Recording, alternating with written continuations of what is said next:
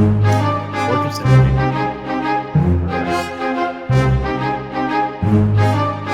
All right, ladies and gentlemen, welcome. We got the stream started here, and joining me, as you may have heard, is Cavalier Guest. How are you doing, Cavalier? We are going to... Oops, I shouldn't be a player. We are just waiting for people to bring subs in. We had some people go missing. You know, it happens on the weekend especially. But how are you doing? I'm doing pretty good. Pretty lazy Sunday. I was a little bored, and I'm here. So I thought I'd come cast. I've never cast an NGS series before, so I'm excited to see where it's at. It should be a lot of fun. I should say that one of the teams, Happy Accents, I want to give them a shout out. They are members of the Nexus Schoolhouse Discord, so give a shout out to that Discord. So that's how Cav found out about the stream. So we got ourselves an emergency co-caster as well as a sub. Everybody is ready to go. Looks like at least the players are at least in the lobby. I'm going to get a ready check from the teams here real quick. The first map we're going to is Volskaya Foundry. And by the way, Cav, since you're just joining me, Happy Accidents is on the left and Full Send is on the right. Useful information. It's always nice to know which team is which. All right. Both. So we have a homeschool bias here for, of course, Happy Accidents, as they are members of my Discord, the Nexus Schoolhouse. Bias or anti-bias, as I may be preferring to give Park and Ager Bombs and Blue Lagoon, etc., some extra hard time during the cast here. I'm sure Cav won't, but we're into the draft we go. Full Send is the first pick here. They opted during the coin toss to get first pick for the first map here, so the Volskaya Foundry is Happy Accidents map pick. It's interesting when you have a map like Volskaya that is so team fight oriented and people pick it intentionally. That's saying a lot about what they feel their strengths are as a team. And team fighting is something that almost teams stumble into, in my experience, in terms of being good at it, because it requires a lot of similar decision making over what targets to prioritize, how you're going to use your cooldowns. And so I don't know how long Happy Accidents have been together. Probably not super long based on the name. I'm just going to go out there and say that. But it's interesting to sort of luck into that when you find people who all want to team fight kind of the same way and there's no adjustments that need to be made to get people on the same page. I can say personally, being an NGS team, we've had a lot of success with this map. We picked it a lot last season. We won a lot with it. And I think a lot of that is because it's very linear in its decision making. More or less. I mean, it's fight over the objective, so get camps on cooldown. Yeah. Fight over the objective, get camps, so there's not a lot going on. It's really just stacking up the items, finding those windows where you can sneak the support camp if you're out rotating your opponent, or invade their turret camp so you get the experience and the item. That's a big deal. That's like the most interesting aspect of this map in terms of how to shot call it. Interesting bans coming through. Genji, Asmo, and Raynor fairly expected. Yeah. Even though we haven't been seeing a lot of Asmo in pro play, we have been seeing a lot of Asmo on ladder. People are really liking him. But Mathael coming through as a ban. I found that very occasionally that first ban Malthael is teams that really want to run Cho'Gall. But Uriel Murden being picked up immediately for Happy Accents, the Super Muriel brothers, the Jumpin' Buddies, being picked up immediately here. Yeah, the Goomba Stompers are in the house on the side of Happy Accidents. That is a favorable matchup for Uriel into Blaze. That is going to be a lot of armor potential with the dive in. And Ariel Gul'dan, interesting decision making. There's a lot of heroes that can punish. The grouping of the Ariel Gul'dan is not a great early game hero. He has to stack up his level 1 quest regardless of which one he goes for, and then he gets a capstone.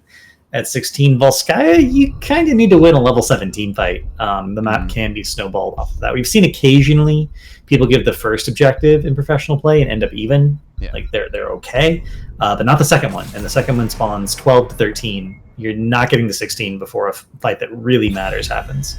Yeah, it looks like Full Send may be treating Volskaya more like a Tomb of the Spider Queen game. This is a composition you'd expect to see there. But Garrosh being banned out for Happy Accidents, it's someone they just don't want to deal with. They've got their tank, they're going to ban another one. Interesting ban. Garrosh is a good wall tank, and this is kind of a poke comp, which you need a wall tank for. But Garrosh does very little threat on the Murden Uriel. Cho'Gall's coming. That is a Tychus ban. This is how this is how the NGS teams think. I'm not saying Cho'Gall is a good pick, but I'm pretty sure he is on the way. So Happy Accents have already drafted their front line.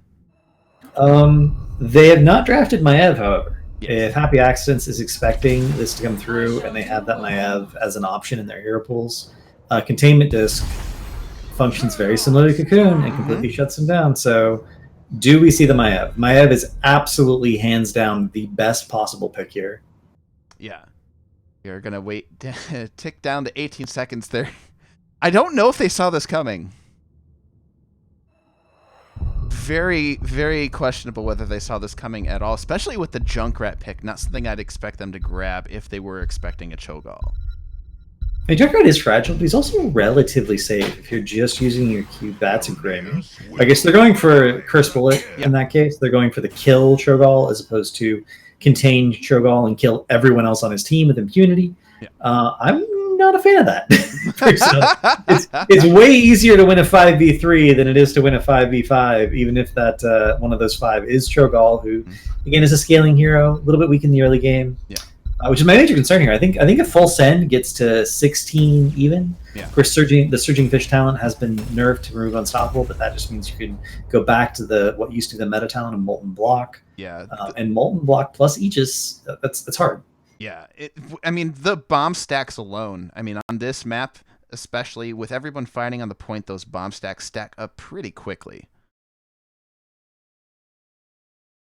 I've seen a lot of... What, good? It's interesting that they prioritized Ariel, because there's 3 standout supports for Cho'Gall. There's Ariel, there's Anna, and there's Alexstrasza, and arguably Ariel's third on that list. Yeah, I would have expected the Alexstrasza. I don't know, maybe they were trying to avoid giving away the Cho'Gall pick. Not sure. But does it? I mean, Alexstrasza is so good on this map. The Dragon form is essentially a heroic pre-10 that you get to fight over the objective with. I don't think it would have given it away, and I think it would have been a much stronger pick considering that they were going for that Cho'Gall. Very true. But, Cav, this is Nexus Schoolhouse team. Why don't you introduce Happy Accidents to us? All right, guys, we have Happy Accents on the left. We have Park 555 on Urel, Aegir Bombs on Junkrat, Blue Laguna on Murden, Frostwind on Alexstrasza, and Apparition on Greymane. And on the side of Full Send, we've got Serendipity playing the Ariel, the Eraser Joe playing that, Gul'dan Power Hub is going to be the Cho'Gall player, and Helios on the Blaze. Power Lub, like it. Howard and Jorlub combined.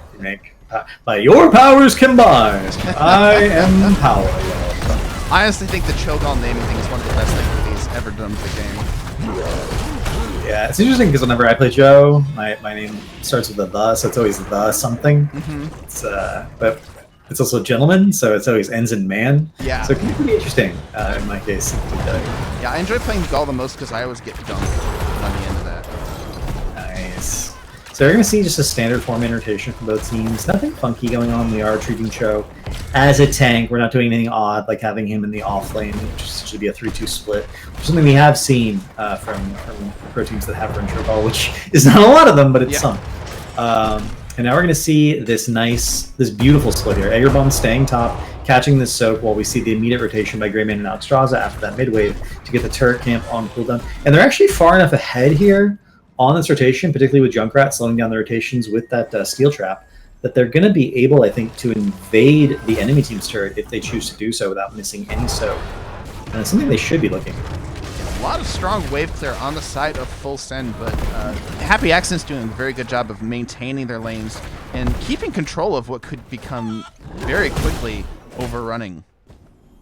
And you can see what a big difference this makes getting the turret camp first and getting the wave clear first. They're almost level 4. We will see Full Send catch up, but they're behind in tempo. And I'm really hoping actually Accents does something with this. Oh, they get the invade! They steal the turret! It's beautiful! That was actually, so it's actually such a big deal. I'll give you guys some numbers on that. 940 experience so far for Happy Accidents from Mercenary Camps. 0 from Full Send. They are effectively 2 full waves ahead in experience soaked at this point, and that actually does mean that they're going to get level 7 during the objective, whereas Full Send might not. Yeah, it forced Helios actually to rotate up and help out a little bit. Park even winning this lane harder with Urel and Blaze. Blaze can do a pretty good job of holding this out. I don't think he's in danger of losing his structures just yet, but now we got them posturing over the top lane here. Actually, I'm a bit surprised here. We do see Fuel for the Flame. That's a stacking quest for Cho'Gall that needs a lot of stacks to be better than either of his other level 1 talents. You almost always see Calloused Hide with Ariel in particular, so you can get that burst heal on demand when you're getting focused, and she needs to save it for when you get focused. That's generally not what we see. 8 stacks in Echo Corruption already, 5 stacks in Stormbolt. So both teams starting to stack up these quests a little bit. We are going to see Happy Accidents give some free charge here in exchange for getting their mercenary camp out and pressuring.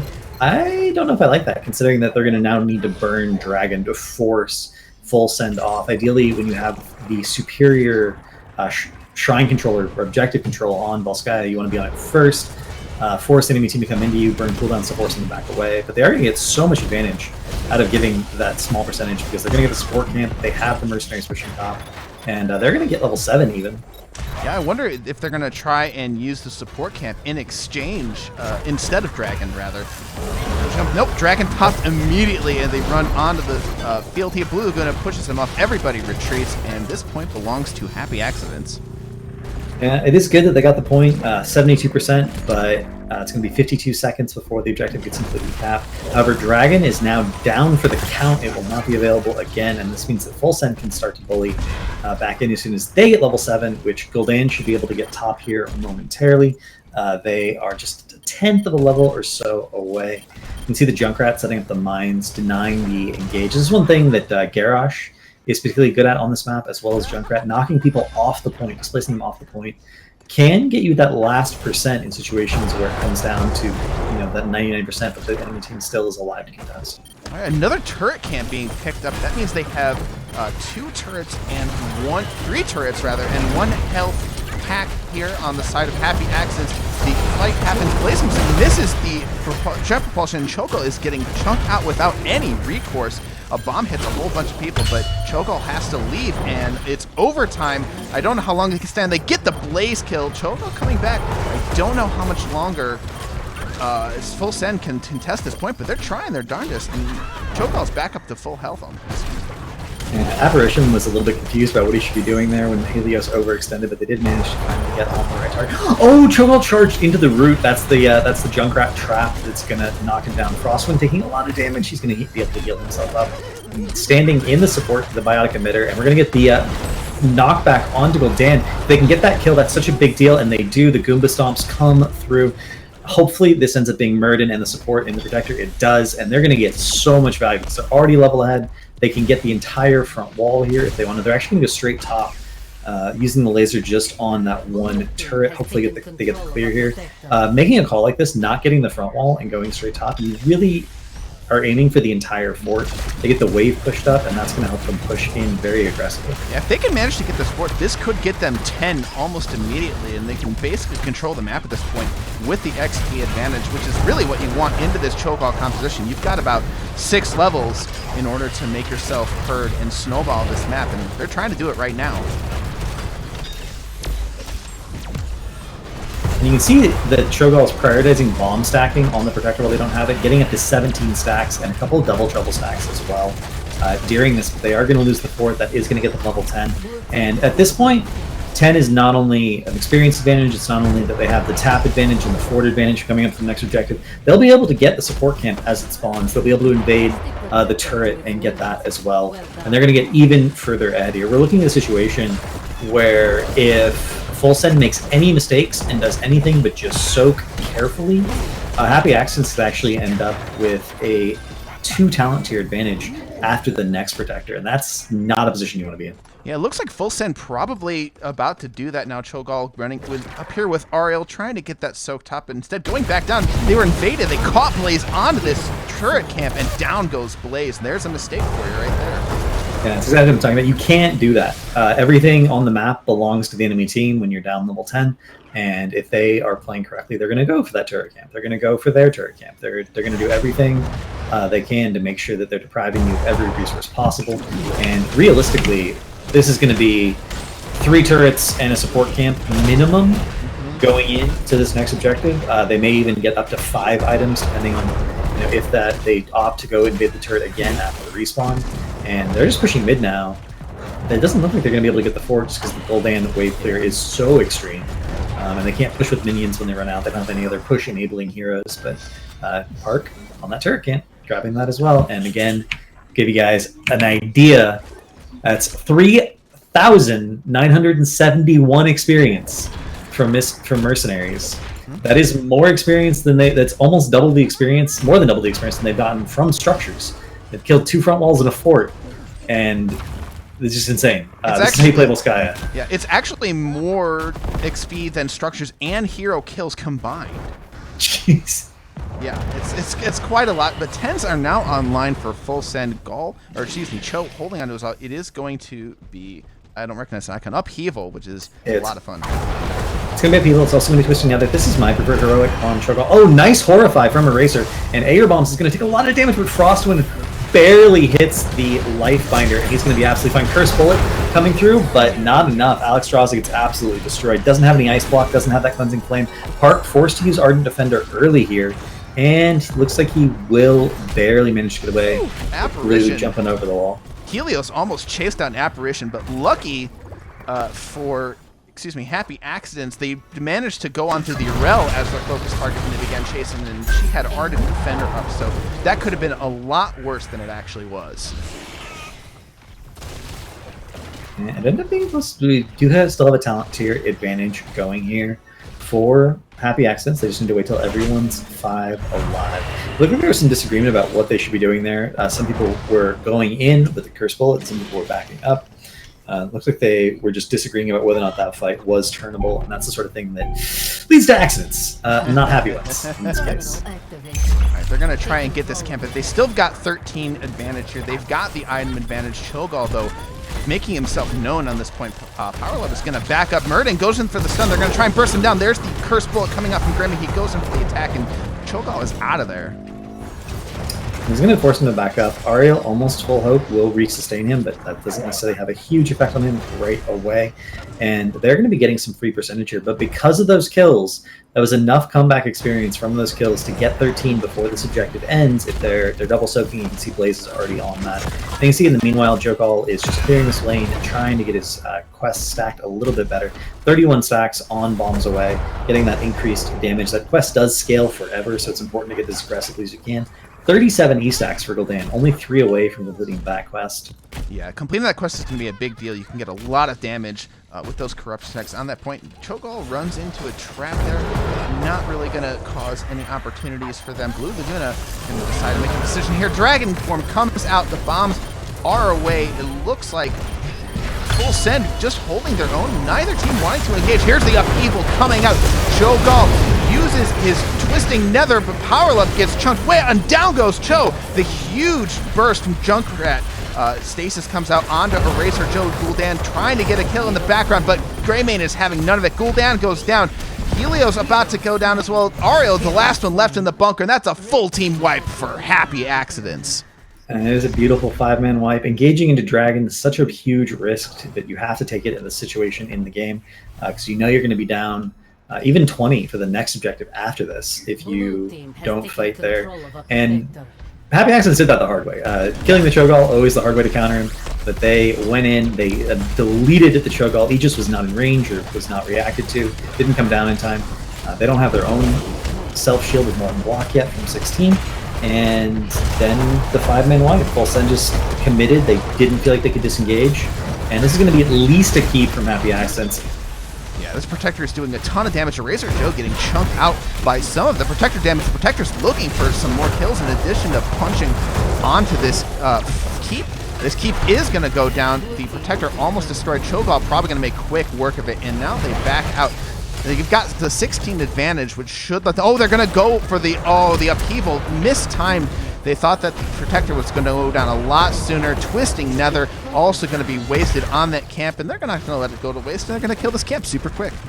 And it's really unfortunate that they mistimed the Upheaval there, because that is one of the opportunities you have when you're losing to counterplay the Protector by getting people in it, focus down, getting them if they don't back up fast enough. That's why the Protector has that knockback as it dies to sort of prevent that a little bit. Nice warding by Blue coming here, checking the corner. And you see the Eye of Kilrog coming down, also making sure that they know exactly where everyone is. Beautiful, horrified. Junkrat needs to immediately get out of here, but instead he gets deleted by the Cho'Gall bomb, even though they're 3 levels down. Cho'Gall's bomb with that bomb's away quest doing so much damage. They get the camp, they leave, they're gonna leave well enough alone, but Helios is like, no, you're not going anywhere. Jet propulsion's in, and the Lifebinder comes through for the save. Frostwind should be able to get out of here. Lulugun just needs 1 stun and jumps out. Very close, not able to chase so hard through that choke. Blue Laguna is going to be run down here, going to be fine, but they're going to exchange turret camp for turret camp here, and that's not the engage you want here when you get aggressive on that level 16. It is not, and at this point, Happy Accidents wants to get that turret camp, even though they have 2 dead or 1 dead, they would give it anyway, just because they do want to AFK soak until 20. They will, if they just carefully soak every lane, get level 20 before the objective comes out, and then they can have a 20 to 16 fight over that 3rd protector, which if they take it top, will end the game. So at this point, Happy Accidents, it behooves them not to make any mistakes. Full send is the one that has to be aggressive. Try to look for picks. Even giving this fort is totally fine. The name of the game here is don't die. Yeah, so Happy Accidents are going to try their very best not to die. Catapult Pressure is going to start putting some force onto Full Send here as they have to deal with the top lane keep being gone, which is going to really be trouble when point C comes up. You see Blue Laguna doing a lot of warding here, checking rotation, making sure nothing untoward is going to go on to Aegir Bombs. Aegir Bombs getting hit by that E a little bit, but does dodge the 2nd one. I think they may have a kill on this Blaze here. A big leap incoming from Blue Laguna. Bunker has to be popped. Helios getting very low, goes back in the bunker, forces Ariel to whiff her W. Blaze goes down though. Cho'Gall unable to stop the gank here on the Blaze. And this is sort of standard play in a lot of ways. When you're in the situation where you don't want to fight, but you know the enemy team is trying to soak as aggressively as possible, you go after the off lane. You go after that hero that's getting the majority of the experience for the minimum amount of the effort. And if they're overextended at all, trying to get that experience, trying to be a little bit too greedy, that's the easiest kill you're going to find on the map at this point. Now, speaking of easy kills, Aegir Bomb's caught way out, gets a full Gul'dan damage burst. Joel trying to get the damage over the wall. He finds it. Junkrat goes down thanks to a well-placed runic blast. Not respecting the hitbox. The size of the explosion on the hitbox is actually substantial. You can't be anywhere near it. And he does have that level 13 Ripper Air. He could have just booped himself out of there and been 100% fine no matter what. But meanwhile, Park 555 running it down top. I think from the top, and we do see Park running it down top. Catapults are going to be cleared by Helios, but this forces Helios to stay. And mid keep going down. That will be 19.5 support camp is next. Hopefully, you can see what Happy Accidents is trying to do. They're trying to get 20 while they wait for Junkrat to res. It's going to be really close without them managing to pull that off. Yeah, I don't think they're going to get 20 before this Protector comes up. Fortunately, they do have all of their structures available, but not for long if Cho'Gall has anything to say about it. The question in my mind is, are they going to stop the turret? They're not going to stop the turret. They're going to look to engage on the point. They will get 20 from trickle experience and from soaking the lane. They're not that far away, but they just need to stand on the point at 99%. And they have all these items. They also have Dragon still. They have 2 biotic emitters. That's a lot of health recovery. And I'm not, 80% health recovery from 2 biotic emitters is going to be really rough. And Trickle is so close. They're so close to 20. They're going to get it from Trickle XP any second here. And there it is. And then as soon as we see that... Oh, Dragon got interrupted by the Silence Orb from Cho'Gall. And Lifebinder is forced out for Frostwind can save himself. We're going to see Aegis coming down to save Gul'dan, and then the bunker. They're re-engaging on top of where the bunker is. Cho'Gall is extremely low. Greymane's going in. He's going to be able to finish that off. There's no way with Cho'Gall dead that this Cho'Gall comp succeeds, and that's going to be another full 5-man wipe coming from Happy Accidents. Such incredible patience from Happy Accidents, waiting for 20 to engage. And even though they weren't there yet, they were like, we can posture. We just need to be on the point so they don't get it. And they're just running 5-man top right away to end off of that 5-man wipe. They don't even need the Protector. Yeah, that Yrel push comes in handy with the Catapult pushing the lane all the way to the top here. Junkrat gets there first, as he's wont to do. Yrel follows closely. Everyone with jumping abilities gets there way ahead of the rest of the damage, and they're going to just start hammering on the score. This is probably game. It certainly is game at this point. It's going to be 8 seconds until Cho'Gall reses, but we're at a stage of the game where 5 heroes can DPS down or in roughly 10 to 15 seconds. That's when Struggle has 5 seconds of defense. 5, 4, 3, 2, no. And game 1 going over to Happy Accidents. All right, well played by Happy Accidents. Going into that Cho'Gall, they had a plan. They managed to execute it. Very well done from them. Yeah, let's take a look at the scores here. 14 kills to 3. Very well done by them. There's a couple team wipes there that were very exciting to watch. I think from this game we can determine that Full Send does a lot more damage. Yeah. Gull and Gul'dan both had Gull had over double and Gul'dan had 20,000 more damage than Apparition. But look at the siege numbers. Urel, Park, 128,000 siege damage. Junkrat, 100,000 siege damage. Gull, 92,000. And we look at the experience, 17k on Urel, who is the offlane for Happy Accidents, versus 11k for Blaze or Helios on Blaze. That's not the numbers you want. That indicates a lot of miss soak. Part of that was the camps, but a lot of it was just minions. And you can see that Happy Accidents is clearly just a little bit more focused on their macro and making sure that they pick up every shred of experience off the map. Yeah, not only that, but the healing numbers. It's very difficult to fight into a dragon. Both those big team fights came when Alexstrasza was in dragon form. So she's able to give like 30 more K healing and just basically heal up all that excess Gull damage. Yeah, I think Cho'Gall's a really good hero. Even after his nerf. In coordinated environments, I think there's actually a lot of work we can do. Pros have even started kind of experimenting with him. But he's strong late game. Ariel, strong late game. Gul'dan, strong late game. Blaze is literally the only hero they drafted that has any sort of early game potential. And, we discussed it in the draft. Volskaya, not the map to be doing that on. Yeah. All right. Yeah, it's very difficult to get to the late game, but a lot of teams in NGS have been seeing a lot of success with Cho'Gall, provided that they run it and manage to catch other teams off guard with it, but not going to be the case here today. But the next map we're going to go into is Towers of Doom, and speaking of late game, maybe this is a game where they want to try and run that. See, this is the map. Like, Shrines is a good Cho'Gall map because you can even give the first objective and it's not that big a deal. Towers, the objective doesn't give any experience. You can actually give all the objectives you want until you have no health left in your core, as long as you're soaking that entire time and getting ahead in experience.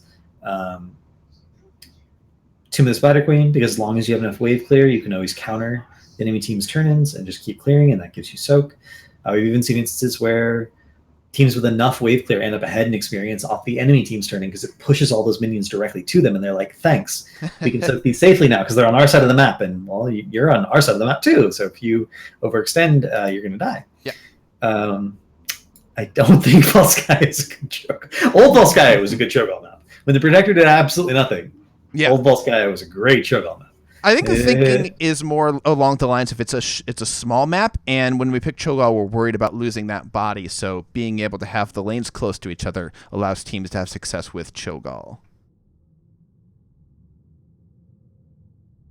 So we're going to see how they go in on Towers of Doom. Looks like both teams are in the lobby. We're going to get a ready check from both of them here. This is going to be first pick for Happy Accidents. This is Team Full Send, so let's see if they can bring it back on their map choice. They are ready to go. We're going to get started into this draft. And Cavalier Guest, what do we want to see from Full Send here besides maybe possibly picking their late game comps here? It kind of depends on what style of team they are. Towers of Doom is one of the few maps where double support is viable because you can just run it down bottom, and once you have bottom, if you just hold it, against most teams, you will win the rest of the game. The 6 shots threatened from sappers, plus the additional shot per altar are a really big deal. Globals always good on Towers of Doom because they allow you to contest the multiple objectives. This is technically, if you're really good at them, Vikings' best map, but most people don't play Vikings well enough for that to be the reality. Just Shad and a few other pro players really show ups. A couple Hero League one tricks. It's not like unheard of, but it is hard. Yeah, you usually see Vikings in heroic or storm divisions, not in Div A so much, because I don't think I know of any Viking mains that are in Div A. Although, actually, first pick Gazlo probably could throw out of Vikings. I could see them doing it.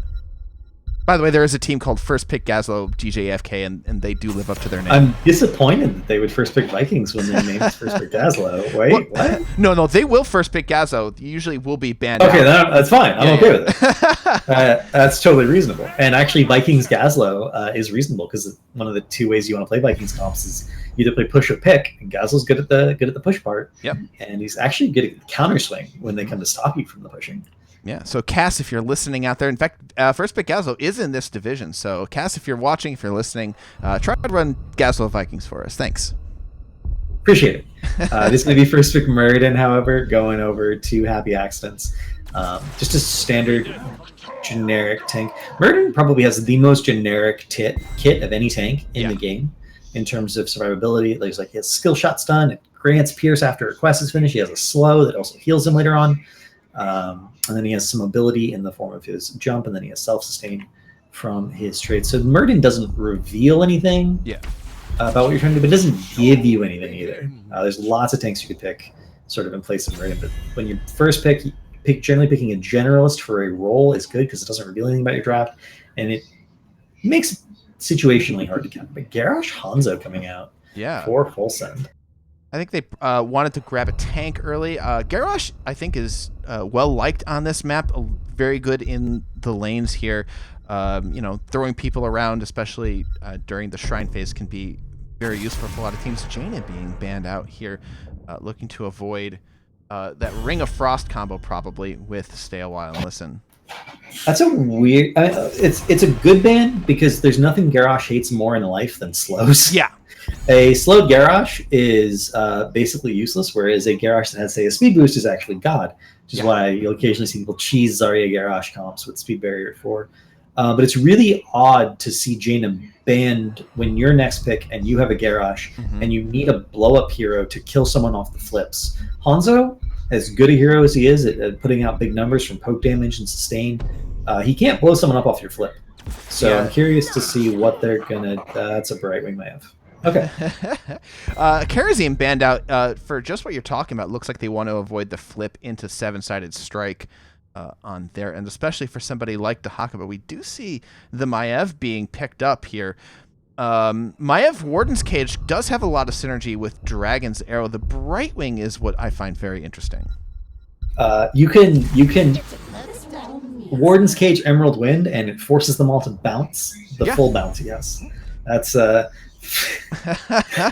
it's not good, but it is possible. You can do a similar thing with Horrify and with EPC's W with the level 4 talent. It looks cool. I'll say that. It looks really awesome.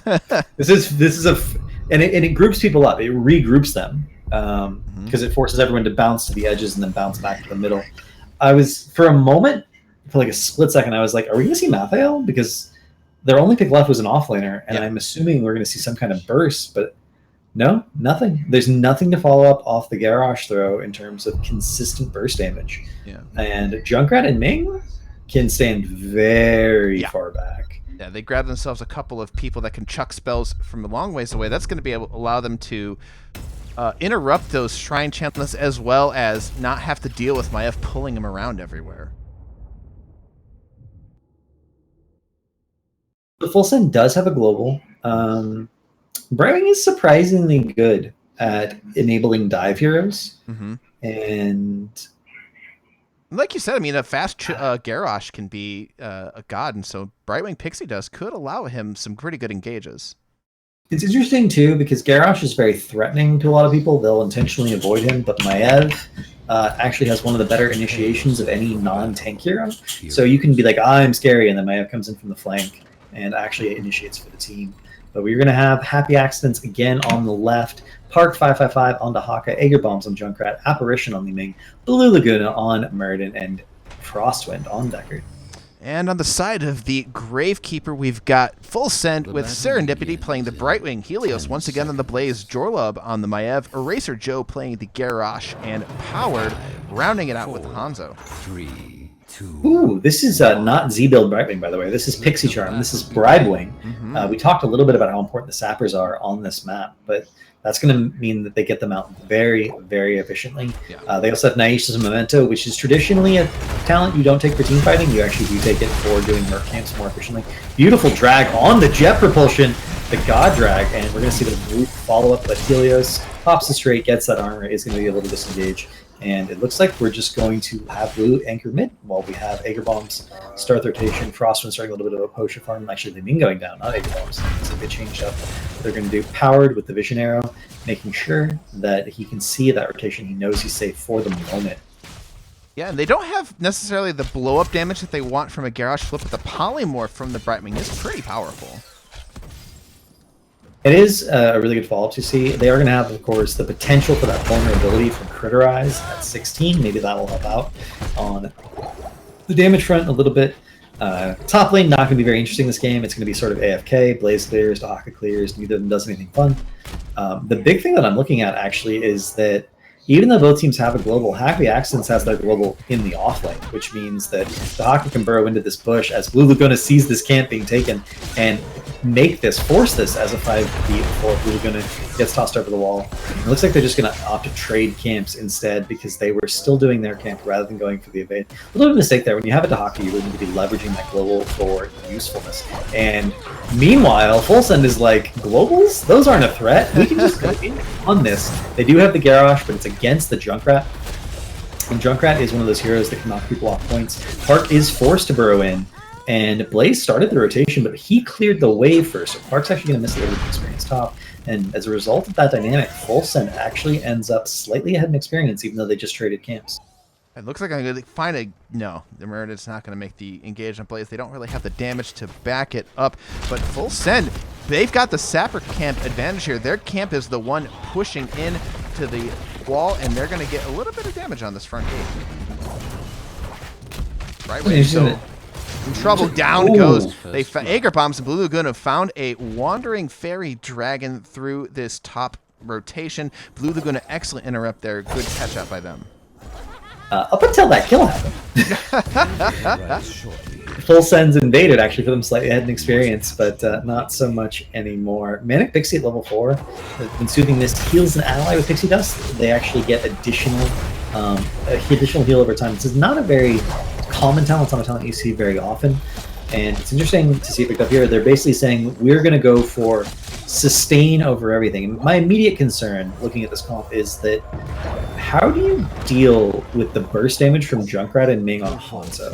Hanzo needs to be positioned perfectly all game long. If he's ever out of position, if he ever gets caught by a Stormbolt or anything, and the rest of the team is in position, he's gonna die.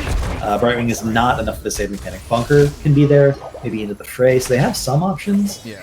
But Full Send's put a huge burden on Power to play nearly perfectly. Yeah, Brightwing has Pixie Dust, but you kind of want to be using it on Garrosh or Blaze most of the time, or Maiev when she goes in, and not really saving it for that back damage. So Blue Laguna taking a lot of damage out here. Here comes a seal of scroll of sealing.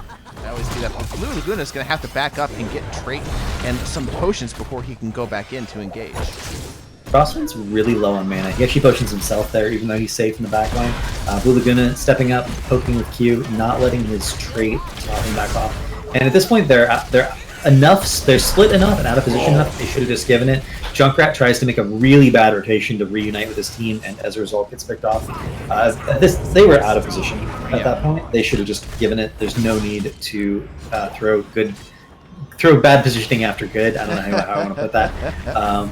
And shout out to Blue Laguna actually is making sure he saves Dwarf Jump only to go out in this early game. Once you have Avatar, once you have Healing Static, you can go in with your E. But in this early game, it really behooves you to, especially against the Garrosh, to always go out with your E. And I want to shout out Power. They're able to sit there on the flanking, basically get free damage on the back line of Happy Accents for most of that fight. Blue Laguna going to be flipped over. He tries to jump out. He uses his E. He's going to go down here. The tether from Maiev, very well timed. The Scroll of Sealing going to root everybody. The Leaming damage will come out, but it's not going to matter. They're going to take this camp for free with Happy Accidents not having a Murden. I want to apologize to Blue Laguna. There's something called a caster curse. Whenever you compliment a player on something, they immediately screw it up and feed. And he needed to save his jump for after the tether had expired. Did not do that, and instead jumped into the rubber band and died. He got tether balled, as it turns out. And as a result of that, the aggressive positioning here by Fulson, they should be able to commit to this bottom fort. They opt not to do it. Park with the global here, and he gets the immediate Q onto Jorlub, but the peel from Racer Joe, Q canceling drag, not quite enough. Polymorph also denying Blue Laguna's follow-up, and Powered was peeled for. Powered was a little bit out of position, got flanked, and got saved. So we were talking about earlier how important that is going to be if they can pull that off consistently. That's a big deal for them. That's the first time we've seen that be the threat, and they did really well at dealing with it.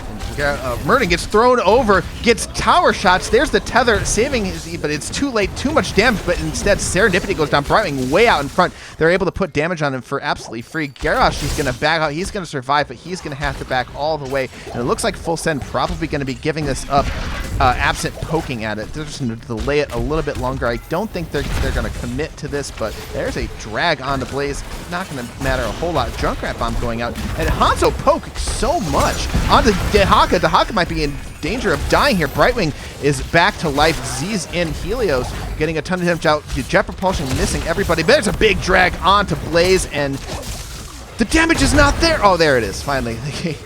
That one kill is going to mean leading resets coming through. Scatter Arrow does a huge amount of damage to Apparition, randomly bouncing off the wall there. Hopefully they can get Serendipity. They cannot, but Apparition gets a shield potion. He's going to be fine for the moment. Both teams have a lot of poke damage, but Apparition is limited on mana. Junkrat has his Q, which is not mana limited. Nice stun. Maya ends up going down, not the position she wanted to be in. And this one they need to stop feeding resets to Li Ning and just give the ultimate. It's fine. You can just give, guys. It's fine. Yeah, it looks like Full Send trying to just re-engage. If they get one person dead, they're trying to go back in with, and try and finish off the people that are straggling. But, things like Dominance and Deckard Cane Potions allow Happy Accidents to fight for a very long time. And we are going to see Cleanse picked up at rank. So this is like full utility Bribing. We got the Bribe at level 1, we got the Sustain at level 4, we got the Cleanse at level 7, not going for any of the standard Z talents that we're used to seeing. And both teams are going to get to level 10 relatively even. Full Send's had a good invade, Happy Accidents have had a good team fight. Both teams 32-32. This is just as even as Towers of Doom gets at the stage of the game. Yeah, as bad as that team fight was, it came at a very good time for Full Send here. They're basically tied up right here, and they've got Sappers pushing in, threatening to take this bottom fort. Yeah, they need to not. Oh, and the beautiful into the fray on that one Sapper to make sure it does go through. And as a result of the Sapper camp going in, Full Send will convert bottom. This gives Happy Accidents 40 seconds to potentially force a fight here so that they can get this in for free. Blue Laguna with the jump in gets the slow onto everyone, looking for the stun.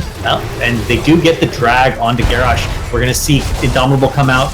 The tire does so much damage, and we're going to see Garrosh go down. That is going to get the leading resets. Cage ends up missing absolutely everyone, and no one dies on Happy Accidents. That's what they needed to have happen. Yeah, excellent blow up on that Garrosh. I thought maybe he might get away for a little bit, but they do only have a Brightwing. Brightwing's not able to save Garrosh in that kind of instance. So Happy Accidents walking away with their fort going to be back intact in time for these altars. Ooh, big posture here.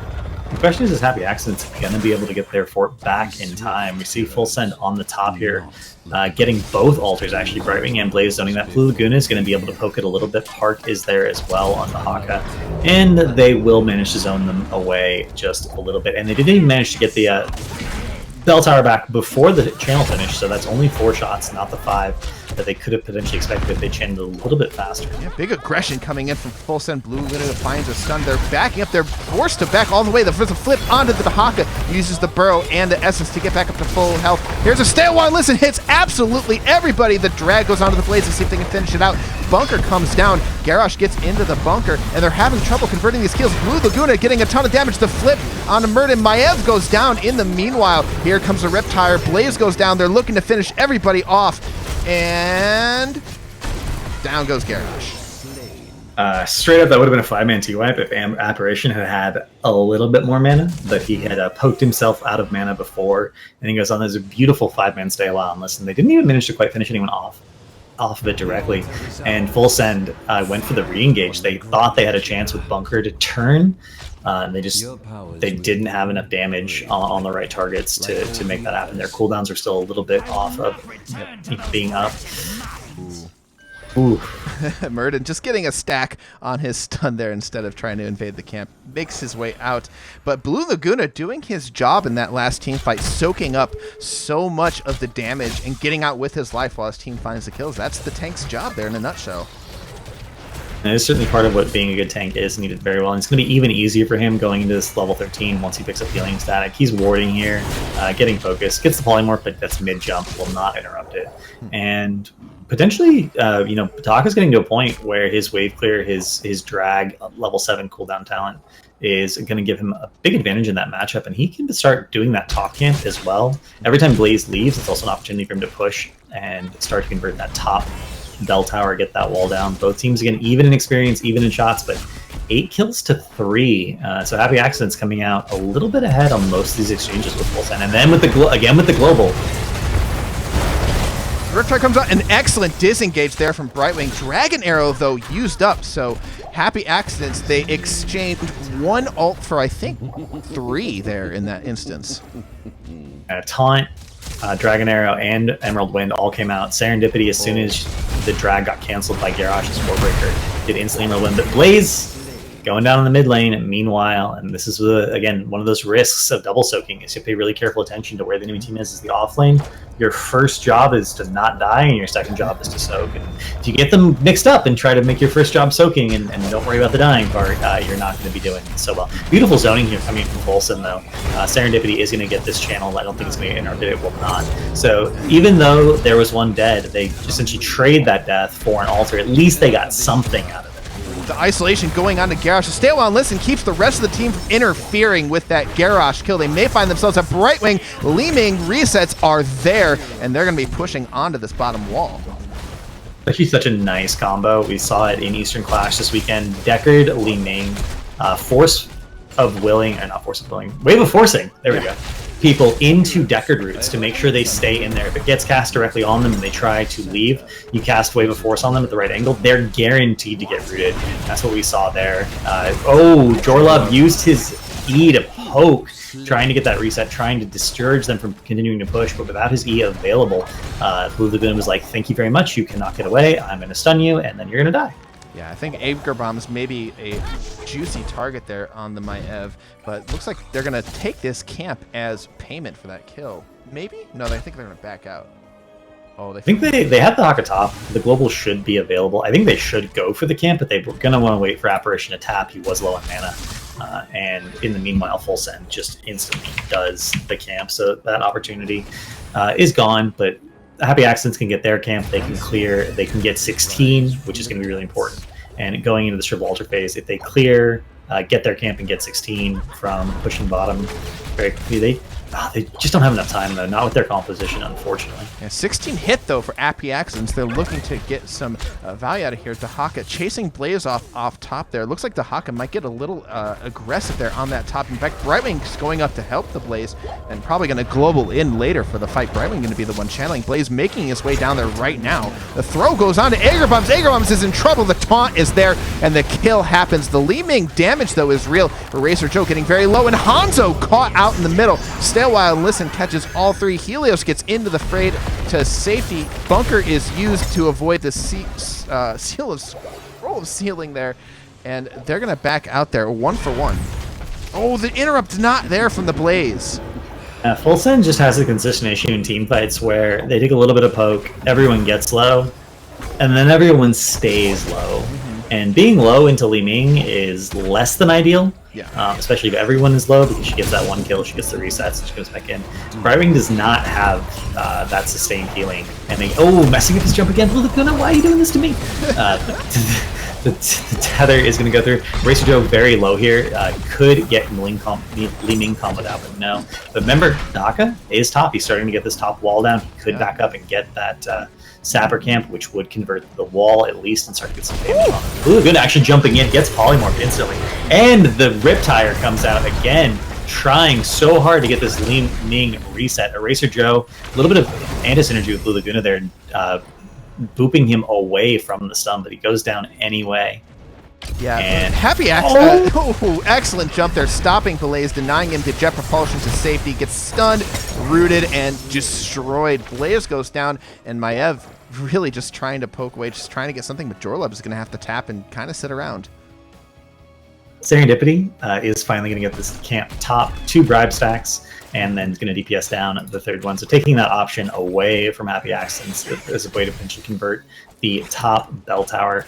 Bottom camp being done by Happy Accidents. Aegir Bombs is on the job, and we're going to see Park trying desperately to double stick. You can't really double stick with Tanaka on this map unless you have enhanced agility and you walk through each bush on your way up and down to get that movement speed bonus. Eraser Joe is going to be behind the rest of the team. I don't think he realized that they were there. The Indomitable comes out. The scroll and the stay a while deletes Brightwing. Garrosh is next. Eraser Joe wanders into the wrong part of town. Yeah, that's that level 16 talent, Scroll of Stone Curse, coming through for Frostwind. That burst damage on the Brightwing is such a big deal, and you just can't clump. But with 3 melee heroes and a global that teleports directly onto you, it's hard not to clump into these roots. Yeah, Brightwing, I think, being very valiant, trying to save Garrosh from certain doom there, ends up going down herself, and instead of saving the drowning person, you both end up drowning. Aegir Bomb's taking a lot of damage from those explosive arrows at level 4 from Hanzo, and we're going to see Helios doing his best to keep this lane pushed out. Park is starting, again, to convert that little bit of damage. I'm surprised that they're not just at the fort. It looks like they're waiting for it to convert.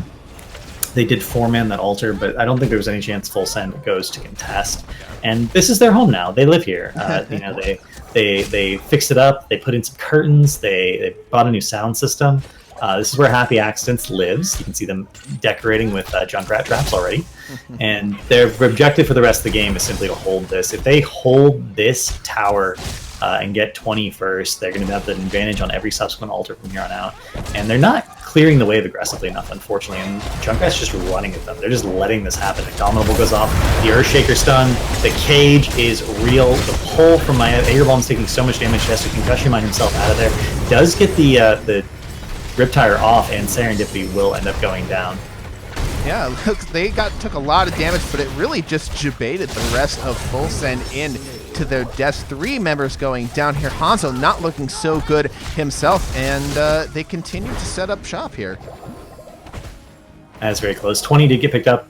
Repulsion picked up at level 20 for the enemy. We're going to see even more plays played off of that. Apparition's been doing very well with that talent. Bottomless Flask, so Decker can essentially die, and your support will still be alive and well in terms of the healing that you need.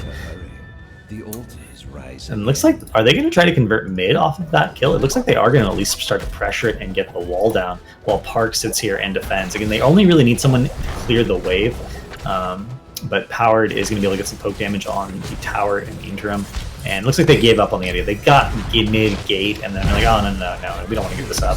Hanzo ends up getting dragged for free, goes down. Bunker is used, but Helios is guaranteed to die here. And at this point, Full Send is They find themselves with Li Ming into the gate there, and Li Ming gets blown up, and that's a 1-for-2. That's not bad. They're not going to be able to take this altar, Park channeling it here, but that's a way back into the game.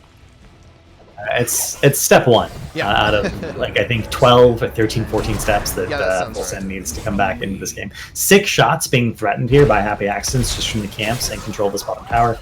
6 shots is how many Full Send has left. So it's going to be able to force them into a position where they have to take and win a fight. It will be a 5v4, but it'll be a 5v4 down talent, which technically is an even fight. Technically, and talents give you so much power that it's basically equal to an entire hero. So a 5v4 up the talent tier is an even fight. Yeah, Blue Laguna getting healed back up here. It looked to be a little bit low, but it's going to be just fine. They're trying to push. Looks like they've got 3 in here. Hanzo trying to stop it. Garrosh had to go back for some back up here. Stay a while. Freezes everybody. They get the drag. And the Sappers actually going after Blaze instead of trying to go into their home. The Emerald Wind pushes them out, and they save 2 of them. Only 1 shot goes in. Yeah, so now that 1 shot does matter. It means they are 1 altar away from winning. for Happy Accidents that is significant, and their back is 5 now, so that brief opportunity that Volsen had to take an even fight is gone. They only have an opportunity to take disadvantage fights from this one onward, and as I say that, Serendipity gets destroyed, Helios gets dragged. We're seeing the stun, the taunt come out, the Garrosh is going to get deleted off of the auto attacks. Helios, Repulsion's in, pops his trade. Repulsion again getting that value and the concussion mine. Woo! Apparition popping off, going deep into the fountain there. But they've only got Maiev left, so good games coming out here. This is probably going to be game number 1. Barring everybody disconnecting and breaking their keyboards, this is going to be game number 2 going over to Happy Accidents. The time is now. I like how they're just Jorlub is doing his best. Yeah. Even though this game is 100% over, Jorlub did not give up until the very end. He ended up had your stats. But I mean, he wrecked his KDA. But in my mind, he was like, "I'm gonna go in. I'm gonna 1v5. I'm not gonna let this be the end of my team. We're gonna fight to the bitter end." And he did, and he lost. But admirable attitude all the same. Happy Accidents, though, coming away with game number 2. Big kill count there, 27-5. They definitely ran away with this game a lot more than their previous one, although it was a pretty even game for the first, say, half of that before they started to run away with sort of snowballing that map.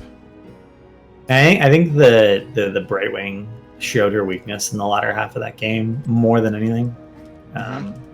Brightwing just doesn't deal well with people focusing the same target, and if you Happy Accidents was okay about like when someone was out of position, okay, everyone go on this person, it doesn't matter who it is, doesn't matter if it's the Garage, doesn't matter if it's the Math, you burned your cooldowns, okay, we're gonna go on you. And outside of E, which is just armor, doesn't have a great save mechanic, and if that's not enough and the person dies, and Liming gets reset. Yeah, I really wish Brightwing was a lot more powerful, just because I love her so much as a character. I never get to play her anymore. But we are going to be joined here by Park555 for an interview momentarily. Actually, no, he is already in the lobby. Park555, how you feeling after that match? Pretty good. They clowned harder than we did, so, resulted wins. Feels good. All right, fantastic. Now, Volskaya Foundry, that was your map choice, correct? Yeah. Yeah, did you see the Cho'Gall coming there at the end? No, but we probably should have, considering they banned out Malthael and Tychus. What was your plan? I mean, outside of Greymane Curse Bullet, what was your plan going into that game on how to deal with the Cho'Gall? That's a good question. I think most of it was like, well, we have Alex, so we're still really strong on point. Also, just being able to rotate around the map more efficiently, I think, helped us out a lot. I don't know. I think there wasn't necessarily like, oh, it's Cho'Gall, we need to be able to specifically kill the Cho'Gall. I think a lot of it was also just, well, we've got displacement. Gul'dan needs to step up to actually do anything, and he's not really going to get peeling, so he should be dead a lot of the time. I don't know. I don't think we actually went into it thinking of how do we kill Cho'Gall. It was more just like, how do we win in general. Well, it's an excellent plan coming out there. You guys won that map. Cavalier, do you have any questions for Park here in this first game? So, at a guess, how many mercenary camps would you say you got during that Volskaya game? I'm going to go with 7. How much experience do you think that gave you? Just ballpark. Probably something like 2 levels, at least. It's actually pretty close to the I think they only got 1 turret camp throughout the duration, and I think we went through 4 cycles of the turret camps being up, and there were 4 support camps. Yeah. So that's actually 12 camps, and they only got the 1. It was like something like 6,000 or 7,000 experience. So essentially, the macro play on Volskaya, what is just soaking and getting camps, and you did that very well. Is that something you guys have practiced specifically, or is it just that you kind of feel comfortable on the map? I think it was mostly like, we made sure everybody knew that camps were good, so we prioritized getting camps on cooldown. And then when we had an advantage, we just took their camps. I don't know. I don't think that's something that we've necessarily practiced that much. It's more like, hey, camps are really important. Let's do them. And then we did. So Yeah, Yeah. that's about it, I guess. Yeah, fantastic. Now, looking at the Towers of Doom game, Li Ming, not just good, but also good into the Brightwing specifically. That was a pick against her, right? The Li Ming was partially against the Brightwing, but also partially just because we have a player who's really comfortable on Li Ming. Okay. And I think Li Ming in general is pretty good on that map. Mm-hmm. So it was they had a fair number of reset targets. Li Ming is also safer than a lot of the other mages into the Maiev because she has the blink away. Mm-hmm. Now, you guys were tied basically going into that. You guys got lost a few people early on, and things weren't going 100% according to plan. What was your plan to get back in the game, and how did you get to a place where you were able to snowball the map? I think a lot of it is just going into each map with some kind of plan. I feel like they either didn't have a plan or they didn't practice it. Okay. Because like if you like our rotation specifically were to like, you know, get camps on cooldown, actually try to do things. They didn't take their turret camp like nearly as quickly as we did. As for like us losing games earlier, I think a large part of that is just because we didn't have our full roster in one of the series, and that definitely hurt our performance a lot. Okay. We had our full roster this time, which feels good. Nice. I don't know. I think like comms are really important to us. We typically try to like focus a lot on that and make sure that we're in sync and not just getting caught out and dying. Because once you get a lead on like Volskaya, you really just need to not feed, and you should win. At least that's the plan, anyways. We still fed a little bit, but luckily it didn't throw the game. In fact, I think that is one of the things Cavalier Guest said during the cast was now their job is to not die, and I think then somebody died. I classed it up a little bit. I said not die instead of don't feed. But that is actually a real news statement that once you're ahead, you just need to not die and wait for your spikes that you're guaranteed to get. Yeah. Cav, you got any more questions for Park here? No, I just want to say well done. You guys had a really solid handle on your Mac game. It looked really clean, actually, overall on both maps. Oh, thanks. This feels really good coming from Cav. Yeah.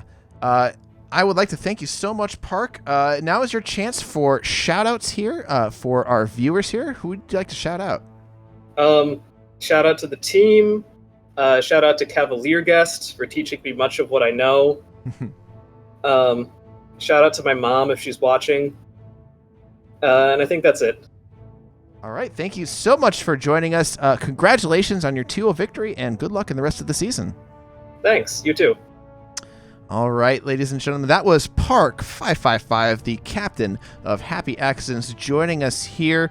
And I didn't have a chance to throw up a text, but my co-caster tonight was Cavalier Guest. Cavalier Guest, thank you so much for joining us. Oh, thank you. It was a pleasure to be here. Yeah, we hope to see you around the NGS community. Everybody's very excited. We're now on par with Heroes Lounge. We've got 180 teams across 7 divisions. I think some of the teams may have disbanded since then, but we started with just around that, and things are going very well. So I mean, that happens in Heroes Lounge too. Yeah. So not that big a deal. Yeah, fair enough. But thank you so much for joining us. Where can we find you on the internet if people are not familiar? If people are not familiar with me, I stream at twitch.tv/CavalierGuest. Every Wednesday at a minimum, I do a show called the HCC Rundown, where I go over every pro game from the previous week, talking about the meta and expectations going into the next week about what we might see. Obviously, this week we'll be going over Eastern Clash and my predictions for what was going to happen in Eastern Clash, which turned out to be reasonably accurate with 2 exceptions. And we're talking about what meta we might see next week when HCC restarts on the White Main patch. Obviously, White Main is going to be up there. And I want to do more with my stream. I'm just really busy lately, but hopefully I can do more streaming in the very, very near future. I'm very excited to see White Main. White Main is so absolutely incredibly powerful. But I think that will be it. I've been Ghost Dunk. You can see me at twitch.tv/GhostDunk. If you're watching us on Twitch, go ahead and hit that follow button right down there below the chat. If you're watching us on YouTube, you can check me out there. I'm at Twitter at twitter.com/illuminatedwax. You can follow me there. Thank you guys so much for watching. Nexus Gaming Series, if you're not familiar with it, you can go to nexusgamingseries.com, find out more. We've got a new revamped website, so you can check out the schedule and the standings there. It looks very fancy. Kantaka did a very good job and worked hard getting it up.